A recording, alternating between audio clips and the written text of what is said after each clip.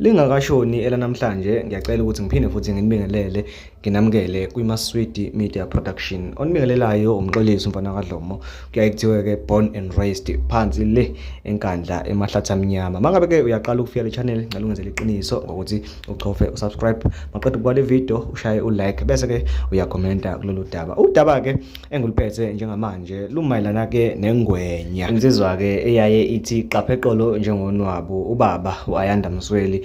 Uyena umuntu ke ehlangene ngaye namhlanje abaningi ke bazomkhumbula ukuthi ke uke wasebenza ke kwi-radio kakhulukazi nje ukhosini FM esixwayisa okanye esebenza idila nje nezomgwaqo ukuthi yini eqhubakalayo kuneyingozi kuphi akumele sihambe kuphi kumele avoid lo mgwaqo singene kulo mgwaqo lona uke wasebenza futhi ke njengephoyisa wasebenza futhi ke njengesosha njengamanje umsebenzi ke yagxile kona kakhulu ilo webhakede ukusiza ukwakha umphakathi ukusiza ukuvusa umphakathi ukusiza ukuvusa umphakathi nokuvikela sike sambona ke lapha nisebenza ke ngeinkabi njengamanje ke ngoba ngisho ngithi usegxile kakhulu ke ekugcwaliseni ibhakede.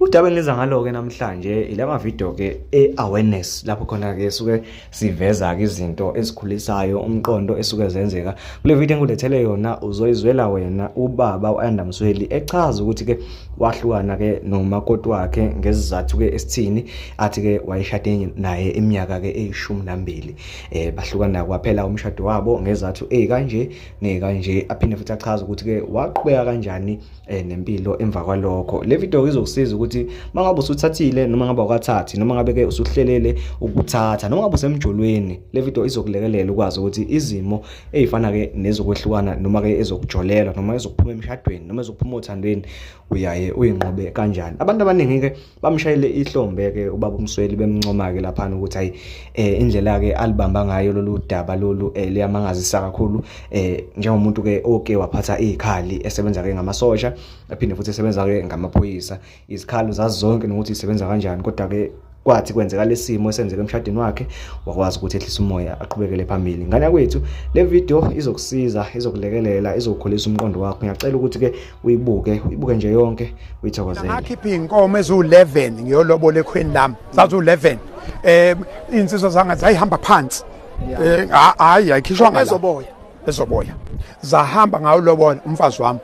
Yes mangilobola umfazi wami ngamshada umfazi wami kwaku 2002 July 6 July 6 engikhumbula kahle lo mshado la ngekhohle sazala izingane sazala abafana sahlala ngihlala 12 years emshadweni ngobude bendlela umphako uyonakala.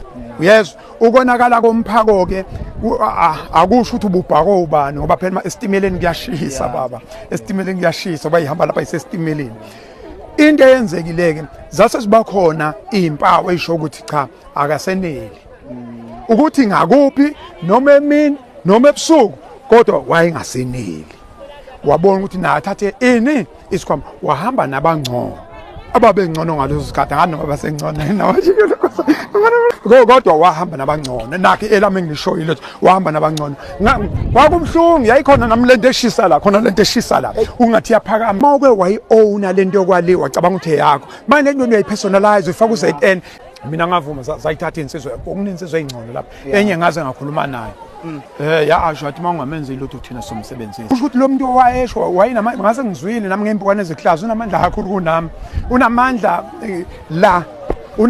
la nangokwemali ngavele ngabona ukuthi yazini lo muntu uzovele nje angigcobe straight yabona ngizama ukudila nalo ngadila mfowethu nalo wenza inkonzo u6 rand 6 rand kanti kulo sikhathi lo muntu akezwa lutho uyilukela nje amagoda ngokwezandla nangokwenqondo akekho lapho kwenye indawo awumlalelanga umuntu wesifazane kufanele ingqondo yakhe ibeke kuyena then nizoqala lapho ke into kanjalo futhi na umuntu wesifazane kufanele ukuthi eze kuwena ezele wena ezosevisa wena ezonelisa wena wenizonelisana mhlambe lezo ngoba ngempela sihleli nabantu nje asibabuzile thina senze sixoxa lapha emapassage ethu bese uzoku-apply la okunye sikwenza okwrong uthi ukuthi uzo-apply into oyenza no-ex wakho uzoqhubeka nawo la kanti lo muntu lo akayifuni lonto futhi yona le yamxosha kwe-ex yakhe leyo uzoqhubeka nawe. Mina nje umshado wami is a failed project